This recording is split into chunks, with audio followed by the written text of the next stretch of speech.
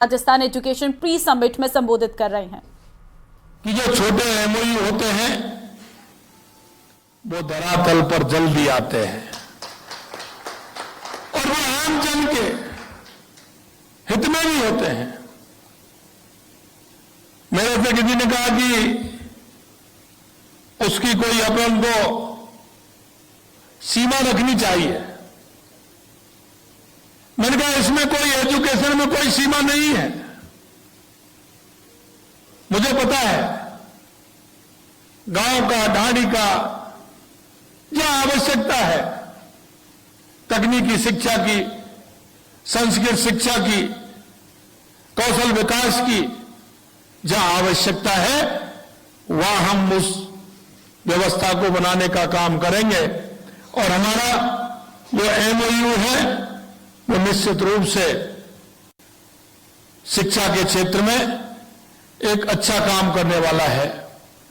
और इसीलिए मैंने कहा कि जो भी हमारे ऐसे भामाशाह हैं जो गांव में काम करना चाहते हैं, ढाणी में काम करना चाहते हैं, तहसील में काम करना चाहते हैं, उपखंड में काम करना चाहते हैं, क्योंकि हायर स्थान जो होता है उस पर तो सुविधा मिल जाती है, लेकिन छोटे स्थानों पर सुविधा देना भी सरकार का काम है और वहां की शिक्षा भी अच्छी शिक्षा हो, यह भी सरकार का काम है। यह निवेश प्रदेश के विकास को नई ऊंचाई प्रदान करेगा और हमारे यहां रोजगार के अवसरों में बड़ी तादाद में सृजन होगा। यह विकसित राजस्थान, सुखी एवं संपन्न राजस्थान का मार्ग भी प्रशस्त करेगा। आज इस मंच से मैं आपको यह विश्वास दिलाना चाहता हूं कि हमारी योजनाएं और हमारे कार्यक्रमों का उद्देश्य केवल आंकड़े गिनाना नहीं है, बल्कि उन लोगों तक लाभ पहुंचाना जिन्हें उनकी सबसे ज्यादा जरूरत है, यह आवश्यक है। प्रदेश में राष्ट्रीय शिक्षा नीति 2020 को लागू कर दिया गया है। माननीय देश के यशस्वी प्रधानमंत्री नरेंद्र मोदी जी की विकसित भारत की संकल्पना को साकार करने के लिए हम नई शिक्षा नीति के अनुरूप समावेशी और गुणवत्तापूर्ण शिक्षा उपलब्ध कराने के लिए कृत संकल्पित हैं। नई शिक्षा नीति के तहत राजस्थान सरकार द्वारा निजी क्षेत्र को शिक्षा में निवेश के लिए प्रोत्साहित किया जा रहा है।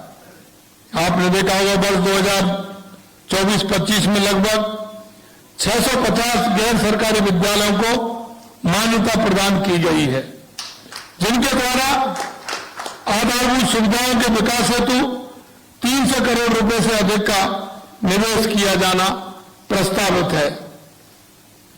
इसके अलावा स्कूल शिक्षा विभाग में 2000 करोड़ रुपए से ज्यादा का निवेश होना प्रस्तावित है। इसी तरह संस्कृत विद्यालयों के विकास एवं सुगम शिक्षण के लिए भारत संस्थाओं द्वारा करीब 105 करोड़ रुपए के एमओयू किए गए हैं। उच्च शिक्षा, तकनीकी शिक्षा एवं कॉलेज शिक्षा विभाग में करीब 23,870 करोड़ रुपए से ज्यादा का निवेश होना प्रस्तावित है, जो आज हुआ है। ऑनलाइन एजुकेशन एवं कौशल विकास के लिए 3 संस्थाओं द्वारा 30 करोड़ रुपए के एमओयू किए गए हैं। राज्य में कौशल विकास एवं डिजिटल शिक्षा पर आधारित नवाचार किया जा रहा है, जिसमें शिक्षा की नई संभावनाओं के साथ निवेश को भी केंद्रित किया गया है। इसी तरह क्योंकि राजस्थान के अंदर बहुत बड़ी अपार संभावना है, हर क्षेत्र में संभावना है, इसलिए हमने कहा है कि जो हमारा युवा है, अगर युवाओं को मौका मिलेगा तो हमारा राजस्थान का युवा बहुत ही कर्मठ, मेहनती, इंटेलिजेंट है। हमने इसी तरह खिलाड़ियों को विश्व स्तरीय प्रशिक्षण एवं सुविधा प्रदान करने के लिए करीब 2000 करोड़ रुपए के निवेश का प्रस्ताव किया है। इस प्रकार हम शिक्षा के क्षेत्र में कुल 28,000 करोड़ रुपए के एमओयू कर रहे हैं आने वाले समय में, क्योंकि अभी लगभग 1 महीने से ऊपर है और अभी हमारे जो एमओयू हुए हैं मैं देखता हूं डेली कहीं ना कोई आते हैं, वो कहते हैं, लेकिन हमारा उद्देश्य, जैसा मैंने कहा कि आंकड़ों में नहीं है, हमारा उद्देश्य है कि जो भी एमओयू हो वो धरातल पर उतरते हुए उसका काम जल्दी हो। जैसा कि मुंबई के अंदर हमारे एमओयू हुए थे, उनका होना प्रारंभ हो गया है। कई की जमीन हमने सुनिश्चित कर दी है, कई को हमने कैबिनेट में पास भी किया है। इसलिए हम चाहते हैं, कहते हैं हमसे कि आपने पहले वर्ष में ही क्यों किया। मैं कहना चाहता हूं कि पहले वर्ष में इसलिए किया कि हम उसको ठीक प्रकार से जमीन पर उतार सकें और उस क्या क्या खामियां उसमें उनको पूरी करते हुए हम राजस्थान की जनता को उसका पूरा का पूरा लाभ मिल सके। इसलिए हमने पहले वर्ष में हमने राइजिंग राजस्थान किया है। आने वाले समय में राज्य में जो भारी निवेश आने वाला है उसे सफल बनाने के लिए हमें कौशल, श्रम शक्ति और बेहतर शिक्षा प्रणाली की आवश्यकता है, जिनसे हम अपने युवाओं को योग्य बनाकर उन्हें अवसर प्रदान कर सकें। हमने एक एजेंसी से सर्वे भी हमने कराने का काम किया है। वो सरकार के साथ होने वाला है, सरकार के साथ होने वाला है, क्योंकि आने वाले समय में क्या क्या आवश्यकता और हो सकती है, आने वाले समय में कौन से डिपार्टमेंट के द्वारा या किस एजुकेशन के द्वारा हमारे राजस्थान के युवाओं को रोजगार मिल सकता है। एक देश की सर्वे करानी है, लेकिन एक दूसरे देशों की भी करानी है, क्योंकि आवश्यकता जिन कंट्रियों को है। क्योंकि अभी मैं जापान गया तो उन्होंने मेरे से कहा कि हमें नर्सिंग छात्राओं की आवश्यकता है। हमने उनसे कहा नर्सिंग छात्राओं की आवश्यकता है, लेकिन हम छात्राओं के साथ छात्री भी भेजने वाले हैं। हमने कहा कि हम ऐसे नहीं, हमारा दोनों जाएंगे और आपकी क्या क्या आवश्यकता है वो हमें कराइए। तो उन्होंने हमें 5 साल में 15,000 युवाओं को लेने का उन्होंने एमओयू किया है कि हम राजस्थान से लेकर के आएंगे। इसी तरह जब मैं जर्मनी गया तो वहां के लोगों ने कहा, मेरी जो वहां के अधिकारियों से और वहां के जनप्रतिनिधियों से बातचीत हुई, उन्होंने कहा कि हमें आवश्यकता है, हर क्षेत्र में आवश्यकता है। हम 1 लाख युवा प्रति साल हम आपसे लेंगे। हमने कहा हम 1 लाख नहीं, पहले हम आपको 20,000 देंगे। हमने कहा आपका जो शिक्षा का मापदंड है वो आप यहां आकर के पेपर लेंगे, वो ठीक नहीं है। आप आइए, एजुकेशन हब भी आप बनाइए, आपकी क्या मापदंड है वो हमारे राजस्थान में आकर के हम आप एमओयू करिए और उस शिक्षा का जो आपका स्तर है हमारे युवाओं का पेपर वहीं लीजिए, वहीं उनका रिजल्ट दीजिए और उसके बाद वहां से आप लेकर के आइए।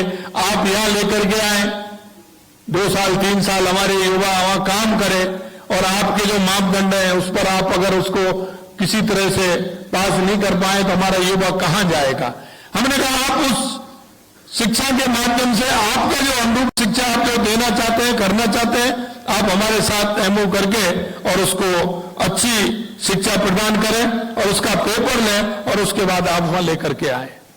क्योंकि हम चाहते हैं कि हमारे युवा हर क्षेत्र में आगे है, हमारे राजस्थान के युवा हर तरह से सक्षम है। हमने कहा अगर आप आएंगे तो निश्चित रूप से हम आपकी सहायता कर सकते हैं। इसके लिए पिछले 1 साल में शिक्षा के आधारभूत ढांचे को मजबूत करने में कई महत्वपूर्ण कदम भी उठाए हैं। हमने यही नहीं, हमने कहा कि विभिन्न कंट्रियों की जो भाषा है उस भाषा ज्ञान के लिए भी हम राजस्थान में इस तरह के विद्यालय खोल करके उनको भाषा ज्ञान भी कराएं कि जिससे हमारा किसी कंट्री में जाने वाला हमारा विद्यार्थी है तो उसको किसी तरह से परेशानी नहीं हो, यह भी हम करने वाले हैं। 4,000 से अधिक राजकीय विद्यालयों में 8,000 से अधिक स्मार्ट क्लासरूम की स्थापना की गई है। 16,387 विद्यालयों में विज्ञान एवं गणित किट उपलब्ध करवाई गई है। राज्य के 639 राजकीय विद्यालयों में पीएम श्री विद्यालय के रूप में चयन किया जा चुका है। सह शैक्षणिक गतिविधियों को बढ़ावा देने रियल टाइम मॉनिटरिंग के लिए विद्या समीक्षा केंद्र की स्थापना की जा रही है। बजट में बालिकाओं के लिए हमने सैनिक एकेडमी की स्थापना की घोषणा की है, वो भी हम पूरी करने जा रहे हैं।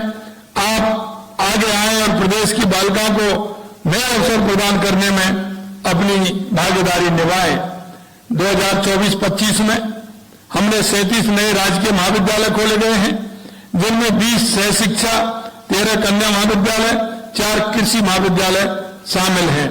सभी जिला मुख्यालयों पर स्थित राजकीय महाविद्यालयों में बीबीए एवं बीसीए पाठ्यक्रम तथा सभी संभाग मुख्यालय पर स्थित राजकीय महाविद्यालयों में एमबीए एवं एमसीए पाठ्यक्रम प्रारंभ करवाए गए हैं। सभी जिला मुख्यालयों पर स्थित राजकीय महाविद्यालयों में कंप्यूटर साइंस पाठ्यक्रम प्रारंभ करवाए गए हैं। लघु सीमांत एवं बटाईदार कृषकों तथा खेतिहर श्रमिकों के बच्चों के लिए कॉलेज निधि शुल्क माफ किया गया है। यह भी हमने किया है कि जिससे हमारे गरीब जो बच्चे हैं, जो बटाईदार कृषक खेतिहर श्रमिकों के बच्चे हैं, उनको सुविधा मिल सके, कॉलेज निधि शुल्क माफ किया गया है। सभी गरीब परिवारों की बेटियों के लिए उच्च शिक्षा को निःशुल्क किया गया है। विदेशी भाषाओं में सर्टिफिकेट कोर्स आरंभ करवाए जा रहे हैं। जैसा कि मैंने आपको कहा, रोजगार और उद्यमता संवर्धन निवेश का वातावरण निर्मित करने के लिए हम निरंतर प्रयासरत हैं। कौशल रोजगार एवं उद्यमिता विभाग ने 126 रोजगार शिविर आयोजित कर 22,500 युवाओं को निजी क्षेत्र में रोजगार के अवसर प्रदान किए गए हैं। 30 आईटीआई का नवीनीकरण एवं निजी निवेश के माध्यम से करीब 150 आईटीआई का आधुनिकीकरण किया जा रहा है। युवाओं में कौशल क्षमता को बढ़ाने के उद्देश्य से राज्य कौशल नीति भी लाई जा रही है। उद्योगों की मांग के अनुरूप पाठ्यक्रम को भी अपडेट किया है, जिसके तहत आगामी 2 वर्षों में करीब 1.5 लाख से अधिक युवाओं को कौशल प्रशिक्षण उपलब्ध कराए जाने का लक्ष्य रखा गया है। हमने 5 वर्षों में सरकारी क्षेत्र में 4 लाख एवं निजी क्षेत्र में 6 लाख युवाओं के लिए रोजगार के अवसर प्रदान करने का जो संकल्प लिया है, उसे इस समिट के माध्यम से हम निश्चित रूप से पूरा करने में सफल होंगे, ये मैं आपको विश्वास दिलाता हूं। अंत में मैं ये कहना चाहूंगा कि हमने शिक्षा एवं कौशल विकास सहित अन्य क्षेत्रों में कई महत्वपूर्ण पहल की हैं। इन योजनाओं से राज्य के हर विद्यार्थी को, विशेषकर ग्रामीण क्षेत्रों में रहने वाले विद्यार्थियों को लाभ पहुंचे, शिक्षा में बराबरी का अवसर मिले, यही हमारा प्रयास है। आप सभी का सहयोग और समर्थन हमारे लिए बेहद महत्वपूर्ण है। मुझे विश्वास है कि हम सभी मिलकर इस राज्य को और यहाँ की शिक्षा पद्धति को नई ऊंचाइयों पर ले जाने में कामयाब होंगे।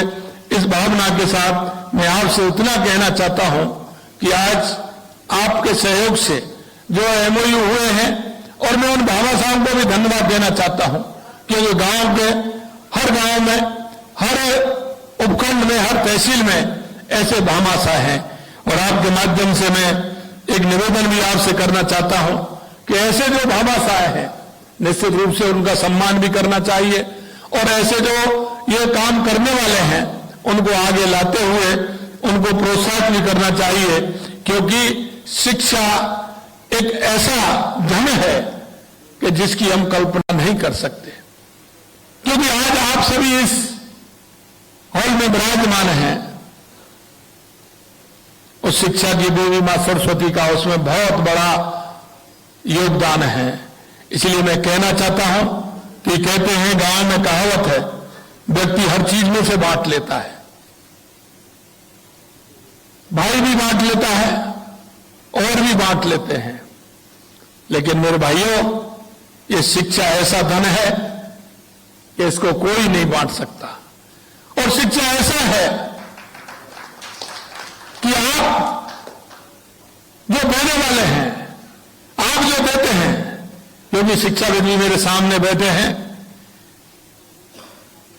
जवाब देते हैं तो मन में एक प्रसन्नता का भाव भी होता है और मन में ये बात भी आती है कि मैंने जो दिया है निश्चित रूप से आने वाले समय में इस समाज के, इस देश के काम आएगा।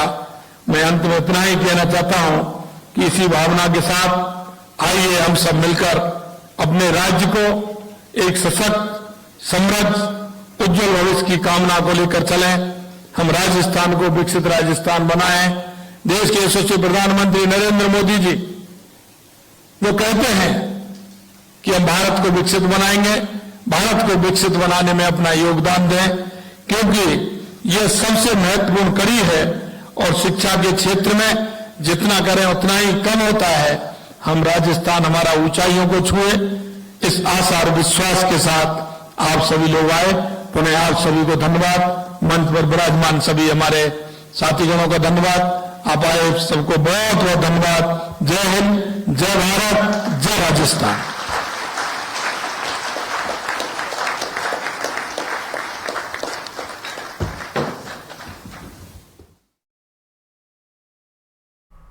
तो rising Rajasthan education pre summit में आप मुख्यमंत्री को सुन रहे थे, जिसमें शिक्षा के नवाचार और निवेश पर मंथन लगातार जारी है। फिलहाल आगे बढ़ते हैं और एक और अहम खबर आपको देंगे। शिक्षा हमारे जीवन का प्रमुख आधार है, ये मुख्यमंत्री की तरफ से कहा गया है और इसी के साथ ही सीएम ने कहा है कि हमारा उद्देश्य केवल शिक्षा को बढ़ाना नहीं बल्कि समाज में एक आधारभूत रखना है। फिलहाल आगे बढ़ते हैं और एक और बड़ी खबर आपको देंगे। जयपुर में धर्म परिवर्तन कर शादी करने, जायदाद हड़पने, तलाक देने का दबाव बनाने का मामला सामने आया है। दरअसल जयपुर में एक महिला ने अपने पति पर धर्म परिवर्तन कर शोषण का आरोप लगाया है। महिला के मुताबिक वो 2020 में लॉकडाउन के दौरान जयपुर में जिम में ट्रेनर से मिली थी, जिसके बाद उसने महिला को अपने प्यार के जाल में फंसाया और धर्म परिवर्तन कर निकाह कर लिया।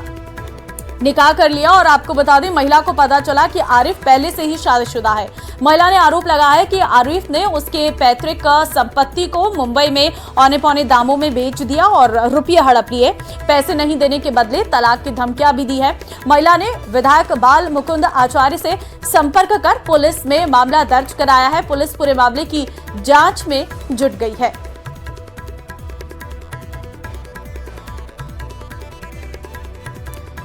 तो धर्म परिवर्तन का ये पूरा मामला निकलकर सामने आया है जयपुर से, जहां पर धर्म परिवर्तन कर शादी करने, जायदाद हड़पने, तलाक देने का दबाव मामले में मामला सामने आया है। दरअसल आपको बता दें, जयपुर में एक महिला ने अपने पति पर धर्म परिवर्तन कर शोषण का आरोप लगाया है। महिला के मुताबिक वो 2020 में लॉकडाउन के दौरान जयपुर में जिम में ट्रेनर से मिली थी, जिसके बाद उसने महिला को अपने प्रेम जाल में फंसाया, अपनी बातों में बहकाया, धर्म परिवर्तन कर निकाह भी कर लिया। और बाद में महिला को जब पता चला कि आरिफ पहले से ही शादीशुदा है और महिला ने यह भी आरोप लगाया कि आरिफ ने उसकी जो पैतृक संपत्ति है उसे मुंबई में औने पौने दामों में बेच दिया है और रुपये हड़प लिए हैं। पैसे नहीं देने के बदले तलाक की धमकियां भी दी है। महिला ने विधायक बाल मुकुंद आचार्य से संपर्क कर पुलिस में मामला दर्ज कराया है।